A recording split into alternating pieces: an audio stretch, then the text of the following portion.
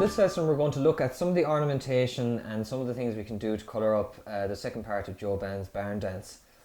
So if we take it line by line again, or what I'll do is I'll play the whole part and maybe include some of these things that I would do. So.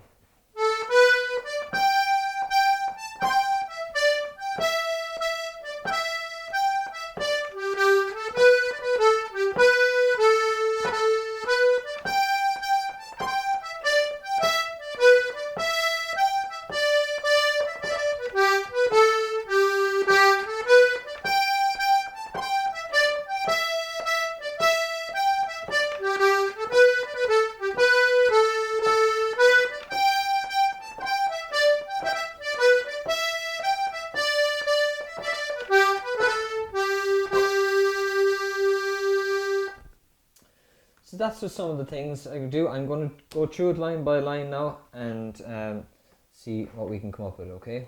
So.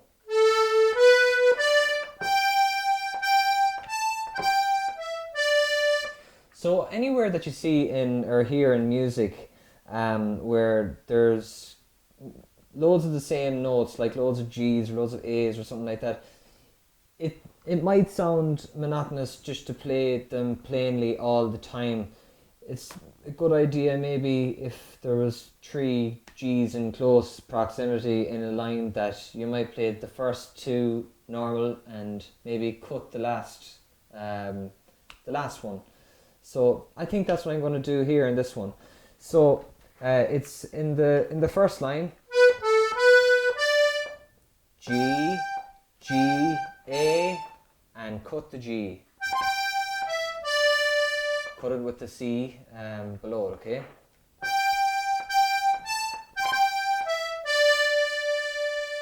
So that's one thing that I do there. So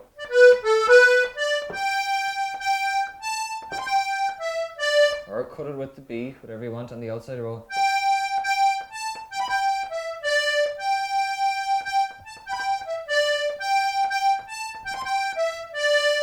It's going to take loads of practice, okay, but hang in there and just keep doing it, keep practicing it in isolation all the time. So.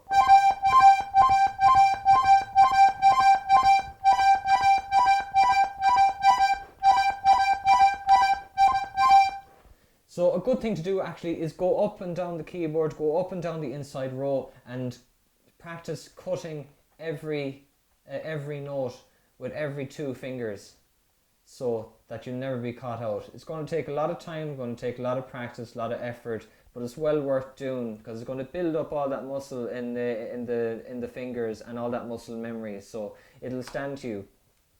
So that's the first thing that we do in that line.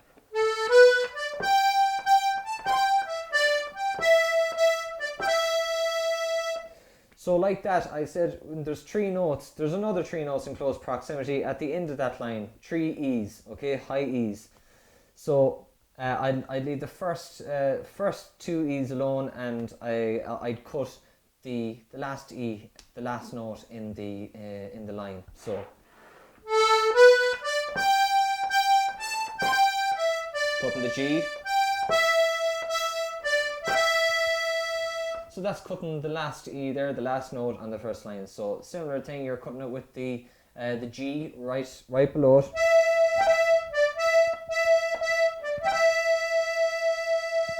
So that's what I do there. So that's the first line. The second line.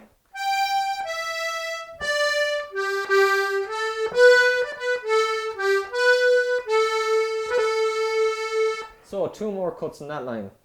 So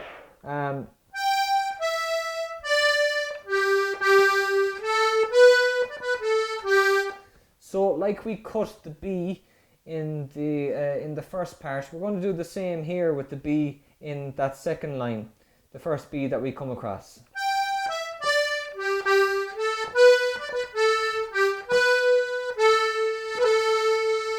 And we have 2 A's right beside each other at the end of that line as well. Going to cut them as well. So you cut an A, a low A, with a B, like you would up in the higher octave as well. So I use my first and second finger doing that.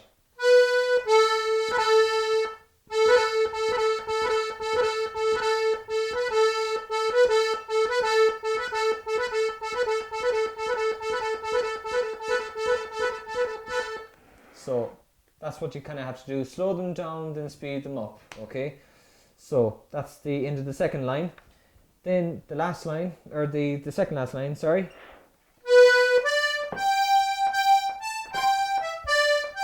So cut that last G again, I do it, it's a nice place to do it.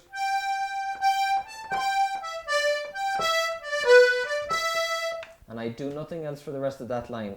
Leave the long E, because we already cut the E on the first line.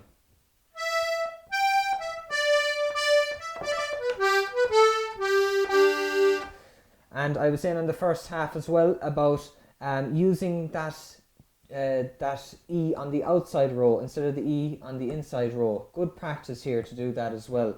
It's the same line and it's the same place. So it's a good place, it's a good thing just to keep it consistent as well. So that last line starts on high G. Use the E, the first E on the inside row. Go out to the outside row. Back in for the D.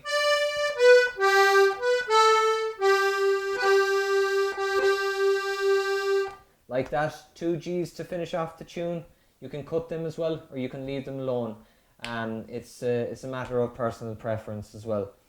So now that we have explored some of the ornamentation that we can do in Joe bands, now it's time to put it all together and play the two parts together and see what hear what it sounds like. So I'm going to give it a quick run through and include some of the things that we were talking about. So just to put them into practice, okay, at a small bit of pace, okay. So 1, 2, 3.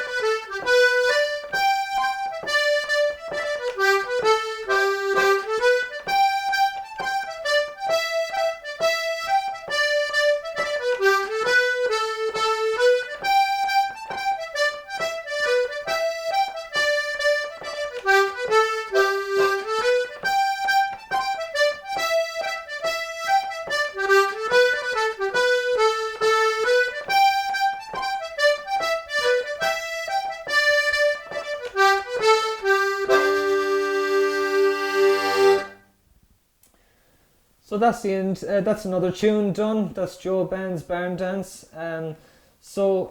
Join me in the next lesson where we're going to move on to a small bit more challenging jig this time. So join me in the next video and in the next lesson.